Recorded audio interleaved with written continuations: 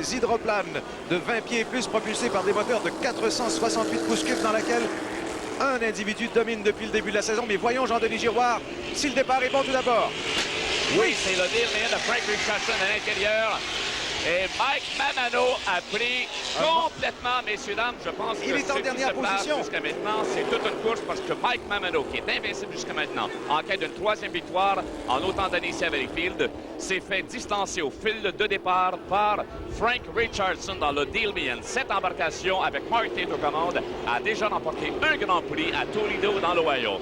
Et actuellement, si j'avais à mettre mes œufs dans un panier, ce serait dans le panier de Frank Richardson, le Dealman, qui vient de Columbus, dans l'État de l'Ohio. Alors, Richardson en tête, le numéro 8. À surveiller en troisième position maintenant à l'intérieur, Mario Blin de Belleuil. Mario Blin qui Mario Blin de Belleuil, dont la mécanique, si elle tient, et il me disait avant le début de l'épreuve, je demande à Daniel, celui qui nous a quittés dans des conférences tragiques vendredi, et je demande à Daniel de m'aider. Je pense que Daniel nous entend et l'aide. Le deuxième place est Warren Ignacio. Et regardez, il est en quatrième place, l'embarcation de Mike Mamano qui est en train de se faire littéralement voler le show, le spectacle ici. Richardson a fait le tour, a donc terminé le premier tour en première position. Ensuite, c'est le numéro 77 à Warren Ignacio. Et ensuite, le 7 qui est remonté, je crois. Belleuil Star à Blanc.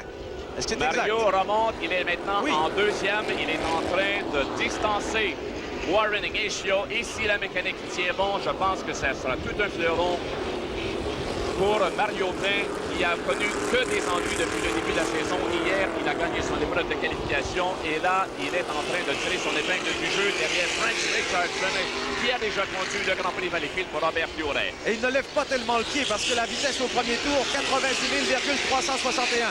Vitesse moyenne au tour. Oui, même si les vents s'engouffrent de la direction sud-ouest dans la baie Saint-François avec des pointes, des rafales de 20 000 à l'heure. Et là, la bataille se fait pour la 5e et 6e place entre Smooth Move 110 à Todd Bolter. Todd Bolter qui tire à pile ou face avec son frère Tom pour savoir qui va conduire.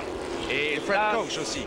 C'est regardez remonter Mamano. Regardez la bataille selon moi. Évidemment, le plus spectaculaire, c'est pour la deuxième place entre l'embarcation jaune, évidemment, de Mario Blin de Belleuil et Mike Mamano de Webster dans l'État de New York, qui était invincible jusqu'à maintenant, mais qui maintenant, qui a raté complètement son départ à l'arrière du peloton et qui doit l'emporter. Il lui reste encore un tour à faire de 1 000 écart. Et c'est le numéro 8, Dealman qui mène. Surveillez bien la troisième place.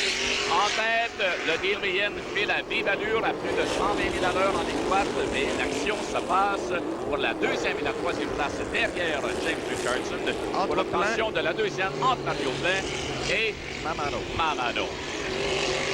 Une embarcation propulsée à l'alcool.